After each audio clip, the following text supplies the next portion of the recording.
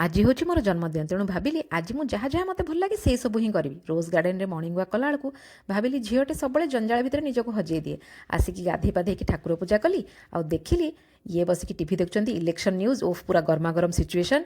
Siu ତାର drawing କରୁଛି, ଆଉ ଯାହା ଗେସ୍ କରିଥିଲି ସାରା ତାର ଦୋଳିରେ ଝୁଲି ଝୁଲିକି ବହି ପଡ଼ୁଛି। ଯାହାକୁ ଯାହା ଭଲ ଲାଗେ ସେ ସେୟା କରୁଛି। ଆଉ ପାଣି ଟିକେ ଦେଇଦେଲି ଗଛରେ। ଜଳଖିଆରେ ଆଜି ବସେଇ ଦେଇଥିଲି ଇଡଲି ଆଉ ତା ସାଙ୍ଗେ ଘୁଗୁନି। ମୋତେ ଏଇଟା ଭଲ ଲାଗେ, ଆଜି ମୋ ପସନ୍ଦର ଖାଇବା କରିଛି। ତାପରେ ଷ୍ଟାର୍ଟ କଲି ଏଇ ସୁନ୍ଦର ବୁଦ୍ଧ ପେଣ୍ଟିଂଟା। ସରିଲେ କେମିତି ହେଲା ନିଶ୍ଚିତ ଭାବରେ ଆପଣମାନଙ୍କୁ ଦେଖେଇବି, କିନ୍ତୁ ପ୍ରତିଶ୍ରୁତି ଦିଅନ୍ତୁ ନିଜକୁ କେବେ ହଜେଇ ଦେବେନି ପିଲା ଛୁଆ ଜଞ୍ଜାଳରେ। ନିଜକୁ ଯାହା ଭଲ ଲାଗେ ନିଶ୍ଚିତ ଭାବରେ ଗୋଟେ ଦିନ କରିବେ ମାସରେ।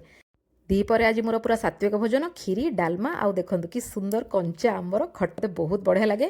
କଳା ଜିରା ପକେଇ କରିଥିଲି। ଇଏ କ'ଣ କାମ କରୁଥିଲେ ତାଙ୍କୁ ଆଗ ବାଢ଼ି ଦେଇଥିଲି ଖାଇବା ପାଇଁ, ଆଉ ମୁଁ ପ୍ଲେଟ୍ ସଫା କରି ଚାଟଚୁଟିକି ଖାଇ ଦେଇଛି।